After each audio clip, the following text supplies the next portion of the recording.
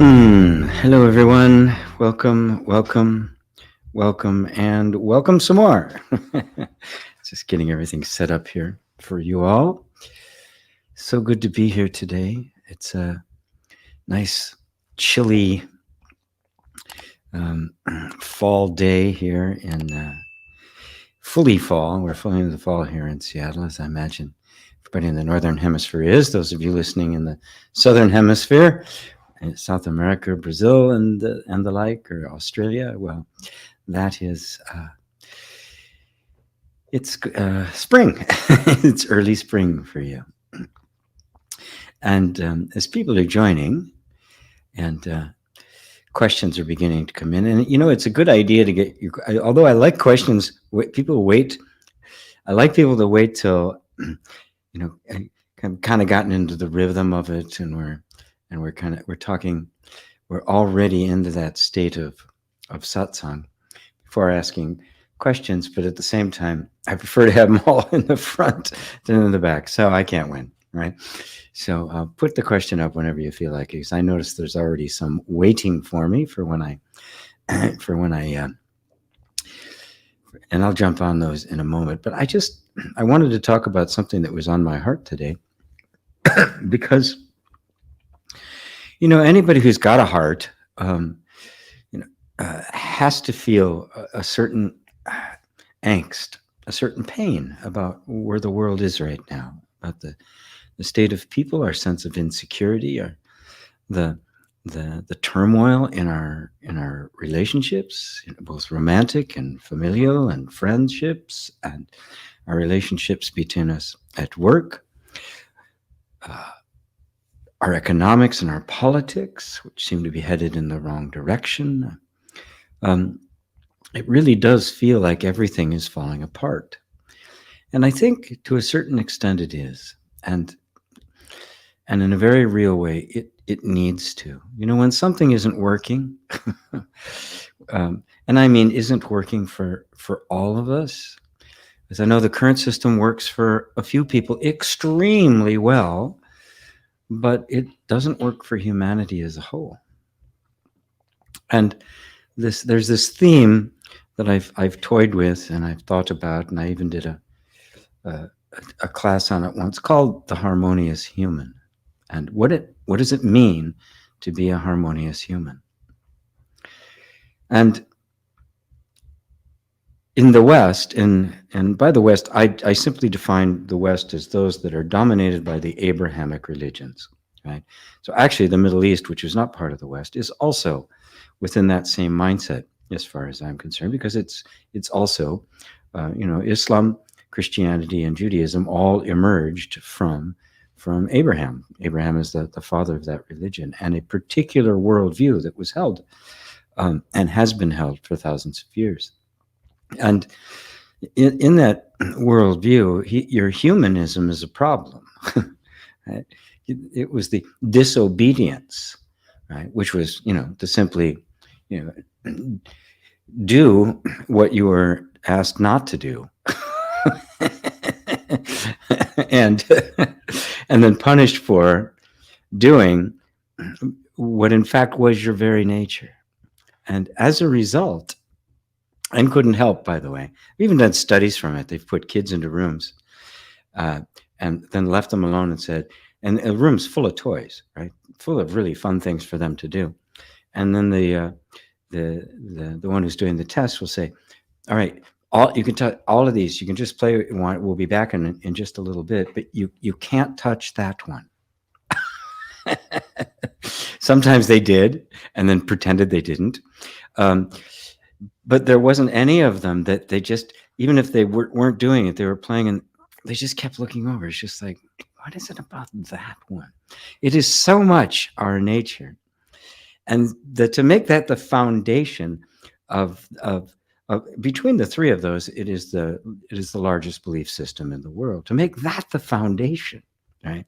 That your humanness is flawed. It's an idea that's carried over into all the motivational stuff, into psychology, into self-help, personal development, all of these things, that there's something essentially wrong with our humanness. And the divine and the human are one. They're not two. And this is the realization that we have to come to. There's no schism between what we might call God and humankind.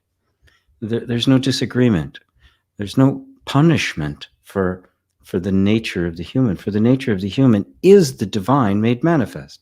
You cannot separate the two any more than you could separate a song from music or music from its song. There's no more separation between the divine and the human than there is between the borders of countries. Go look. Go to any border of a country and you won't find a border, right? It's completely man-made, right? Even you'll find these little places along the road where there's, guards, and then all around there's like nothing, right? You won't find a line, you won't find a division, you won't find any duct tape, you won't find anything, right? Because it's completely conceptual. It's made up. It's this tribal instinct, these boundaries, as if somehow they're going to keep us safe and prosperous. There is no separation between the human and the divine. That is actually the meaning of the cross, right? As far as I know, the crucifixion is actually only mentioned in 2 of the Gospels. And one of it isn't specifically mentioned to be a cross, although the cross was used as a torture device by the Romans around that time. And Jesus spoke of it long before his own experience, if any of that even actually happened. It's a very ancient symbol, and it refers to this perfect intersection between the human and the divine, the past and the future. It is the focal point of all opposites. It is the place where all opposites disappear into singularity, for they all emerge from the same place. And it's extremely beautiful because at the center of that is the archetype of the king or queen, the sovereign, the central authority that holds it all together. It's also the symbol for God, right? And so this, in the symbology of the crucifixion, you have the king of the Jews, put the little thing up there, which they didn't like, in the center of this cross, and the crucifixion symbolized this. You might say it was the subsuming of the human into the divine. It was the merging of the two. And it's supposed to be the redemption. This is the reconciliation, as it's known in many of the churches. This idea of somehow our human nature has become fallen or sinful and therefore needs to be repaired is so pernicious and so poisonous that it has just laid waste to so many of us. It has turned our humanness into sinfulness. We are actually ashamed of our own nature. And of course, powerful forces use that, as a way of control, right? If you're sinful by nature, but I can hold out a redemption, right? Right. Well, then I'm the most powerful thing in the world. I mean, I make the difference, and I could tell you what to do it. But so it's something we have to come to terms with. And anyone who thinks, who was the only people who are free for that are those who are in the East, those who had more of a Taoist or a Buddhist upbringing, or many of the different religions over there. I mean, imagine growing up in a culture that had never heard of the fall, never heard of original sin, no concept of what it was. Imagine growing up in a culture that, rather than the central image of the belief system, my chair is squeaking like crazy, I'll try to get it to be quiet, rather than the image of this central belief system being this tortured guy, with his tortured look on his face and blood and the crown of thorns hanging on a cross, just this perpetual suffering idea. And instead, it's this other character that's just the smile on his face, half shut eyes, absolutely serene. Imagine being raised in a culture where that was the central image. You'd have a very different relationship to things. And in fact, there's very little history of war or conquering or any of that in Buddhist history. There's almost none, right? and while there have been skirmishes, there have been things that tried to defend themselves and the like. Those that were Buddhist nations didn't have that because they have a completely different model of the universe. They have a completely different way of being. So coming to terms with this. Now, mind you, if you were raised in this tradition, don't think just because you don't believe it anymore that it hasn't infected you, because it's in everything. All of our systems, our judicial system, our legal system is based on it. You know, you did it, punishment, right?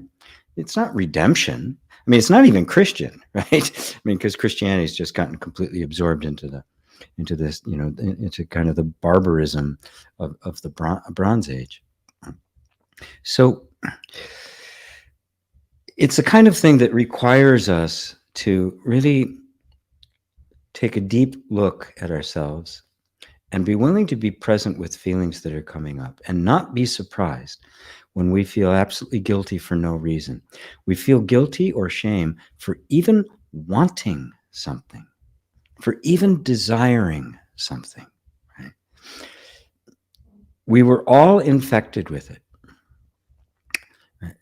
So just assume it's there. Just assume that this pernicious belief of original sin, and that there's something wrong with human nature, that there's this schism between God and its creation, that the creator and the creation are not one, that the creator is the ultimate other, completely beyond anything you could ever hope for, is still there in various forms.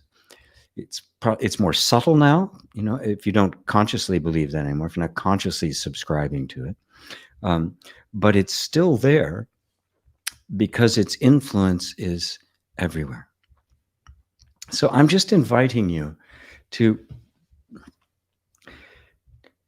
take it, to consider the possibility of totally accepting your humanness with all of its apparent flaws and weaknesses and problems. To not think of it as something that needs to be fixed or something that needs to be punished, but something that needs to be redeemed. Something that needs to be brought back from the edge, talked down from the building. Finding the reconciling point between everything about us that's human, which is, you know, everything we experience every single day, and the genuine origin of those things.